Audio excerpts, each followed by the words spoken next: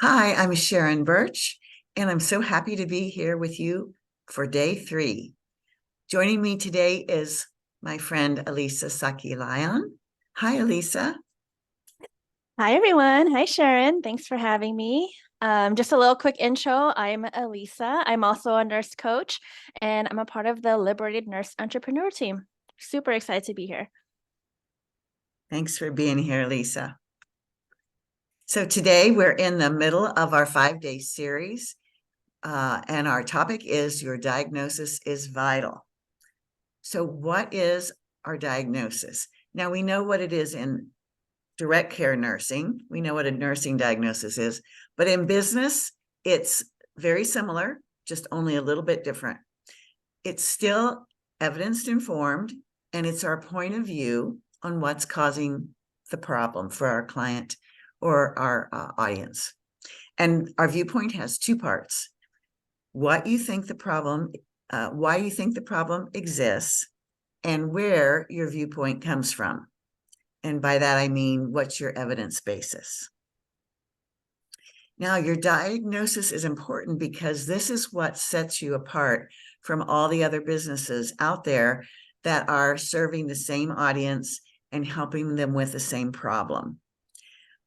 And I'll tell you, not every business out there is really using an evidence-informed point of view like nurses do. So that is a strength that nurses bring to business. And it becomes a beacon of light for the people who are looking for a solution like yours. And let me tell you why that is. You know, our point of view on what's causing a problem is somewhat unique, not 100% unique, but somewhat unique. In other words, you might have a holistic point of view, and that would set you apart from someone who has a very mechanistic point of view. Uh, so if I was looking for a service, I'm going to be looking very much for a holistic service.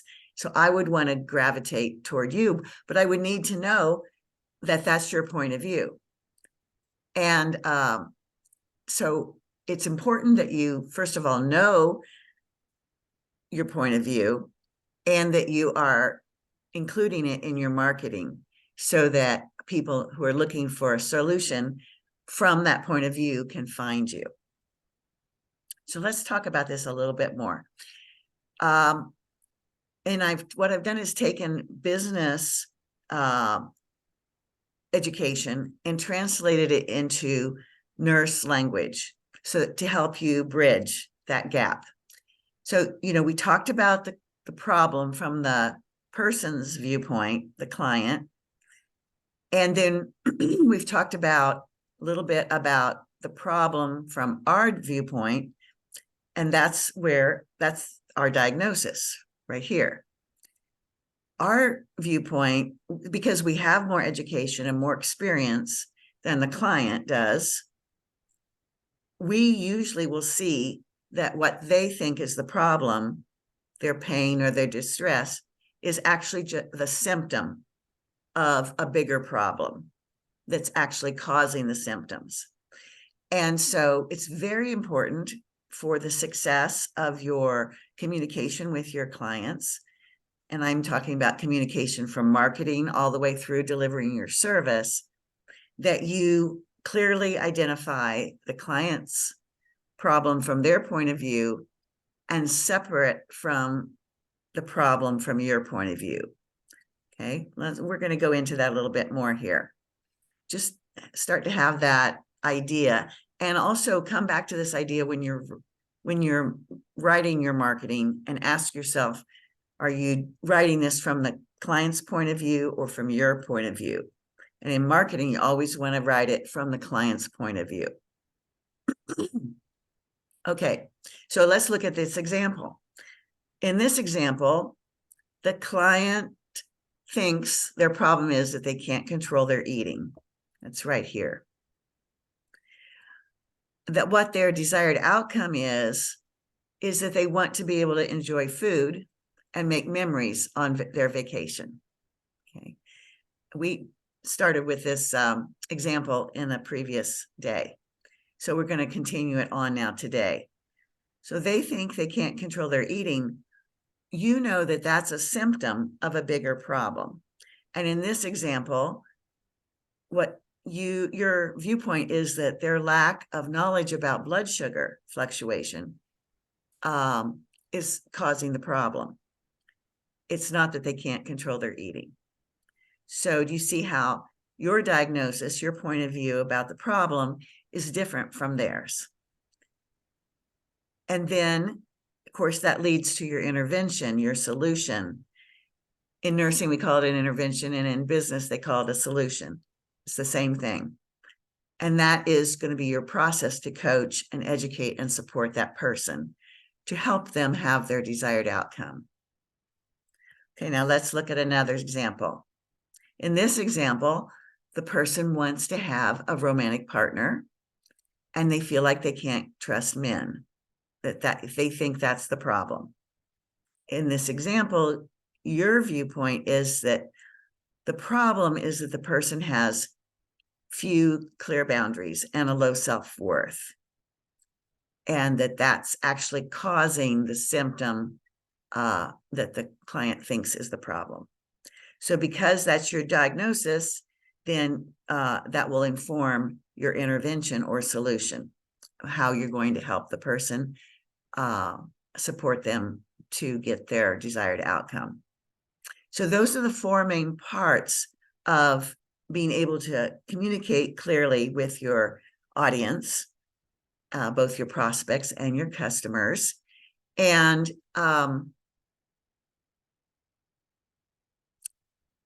if you have questions about this, I encourage you to put those in the Facebook group. And if you, for some reason you're not into Facebook, you can, again, feel free to email those questions to me at sharon@liberatednurse.com. Okay, now your diagnosis is going to be more than just this, what fits in this little box, because it's your whole point of view on why the problem exists. And I encourage you to take time to write that. But it will start with a short summary of your viewpoint. And here's a little formula that can help you. You can use either of these approaches. They start out the same, but they end a little differently. The first one is most people think their problem comes from X. You would fill in the blank. But what they don't realize is it actually comes from Y. So in other words, on one of those two problems I just showed you, it would be something like most people think their problem comes from not being able to control their food, their appetite or their food cravings. But what they don't realize is it actually comes from not understanding how blood sugar fluctuation works and what macronutrients are quick release versus timed release to keep their appetite and their hunger more steady. So that's how that works. The other formula is very similar, but different at the end. And it's most people think their problem comes from X, but what I've learned is it actually comes from Y. Okay, just so a little bit of difference on the back end.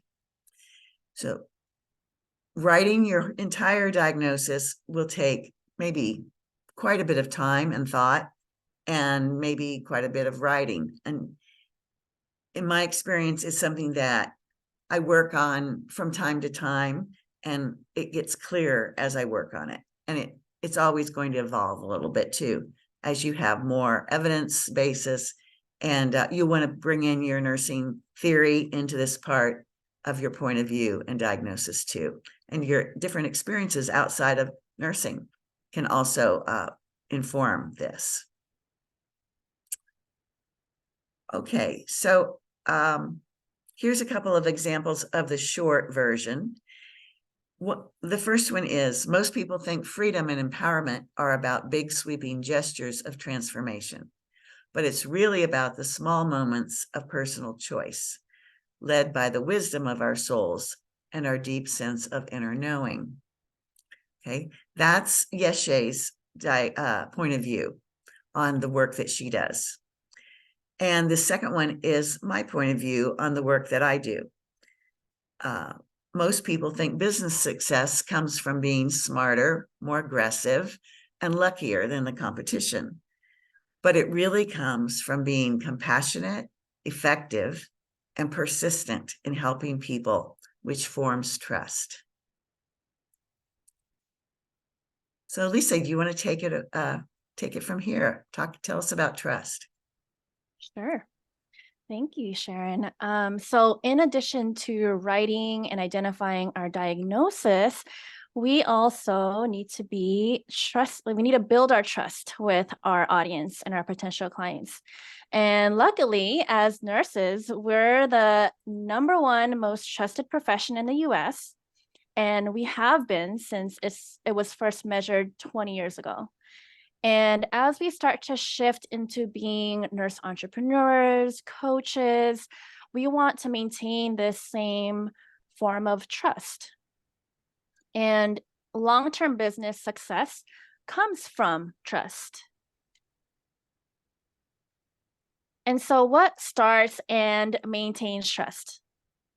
We'll be going over these 3 points as our presentation goes on in the next few days. And so our first way to start and maintain trust is our credibility. 2 is our predictability, and that's the way we show up consistently in the ways that we say we will. And 3rd is our delivery of value. And that's through our evidence-informed programs and services that will deliver our services, that will deliver what our people or your people want and need. All right, and so this is a triangle of trust. This is from Stephen M. Covey, and the 3 points of the triangle are credibility, predictability, and confidence. Today, we'll be focusing on the credibility and the trust from other people. And these 2 other points we'll be discussing in the next 2 feature classes. Okay, so your credibility. So your credibility is based off of these 3. 1 is your point of view, and that's the diagnosis or premise, which Sharon had discussed previously. 2 is your experience and the success rate of solving your client's problem. And 3 is your transparency. So being really honest about any possible negative consequences, and for also sharing who this program is or the service is not for. Really important. And so your credibility, we could share our credibility, improve our credibility through our education and experience in solving the problem. So for example, education can be any courses you took, any CEs, any workshops, any certifications or apprenticeships that you have acquired that can show your credibility, in addition to your own lived experience. So that can be your lived experience personally and professionally. And when we talk about the success rate of solving this problem, this can be any proof that you are successful at solving the problem, such as any testimonies from other people, any data, case studies from people that you've helped, stories. And as new business owners and new nurse entrepreneurs, this may be a little difficult for some people. And instead of sharing, because we maybe have never had any clients, and that's okay. Instead, what you can share is your own stories or stories of your instructors or teachers and how they have helped with solving a problem. Okay. And so for transparency, we want to make sure we're disclosing any possible negative consequences. And so that's why our informed consent is really important. Any legal documents that will share, you know, this isn't for, any negative consequences once going into or purchasing a program or service. And also this term buyers beware, that also is that ethic violates nursing ethics. And Sharon, I wonder if you want to pop in and share a little bit more about that. Yeah, thanks, Elisa. I sure will. In conventional business, does not have the same ethics code of ethics that we do. In fact, most businesses, unless they have developed a code of ethics for their specific business, they don't have one, because it's not like a profession, like nursing is a profession, or any other profession. Every profession has its code of ethics, but business owners, that's not one profession. It's just a conglomeration of people from the public. And so, as you know, buyer beware is a standard in business, that their business standard of business is that the business it exists to serve its own purpose, to meet its own needs, not the needs of the client. Client is number two. Client is just meeting their needs, is just in order to meet the needs of the business to make income. So we want to, whenever we're taking in business education, we want to filter it and ask ourselves, keep our alert on, is what they're saying and what they're teaching, does it violate our nursing ethics? And that's probably all I need to say about it. Our nursing ethics are very high standard that most business people do not try to meet. And that's a big part of why nursing is the number one most trusted profession of any profession, not just in healthcare, is because we have high standards for ethics. So that's enough about that. But that's what I'm talking about with that little phrase. Awesome. Thanks, Sharon.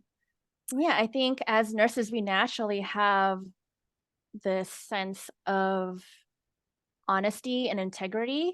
And so I think being able to hold on to those values, and just because we're starting a new business or starting a business, that doesn't mean we get to, let go of those values. So I think it's also being able to translate that into our business as nurses, which I think will be very easy for all of us because we are a nurse at heart. And so moving on to more about our transparency and being able to disclose who this program or service is not for, and being really honest about that. I think a lot of times we see it almost feels like businesses are using buzzwords or ways to hook on clients just to make a sale, just to enroll a client. And we want to make sure we're not using gimmick when it comes to our marketing and in sales in our business. Okay.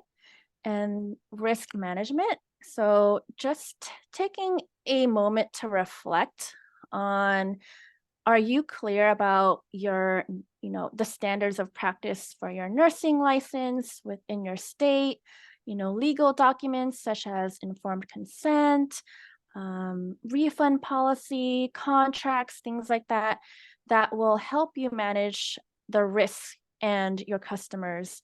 So really being clear about those different risk management properties in our business and in your nursing license. Yes, thank you. And so that's for looking at your risks and the risk of your customers both.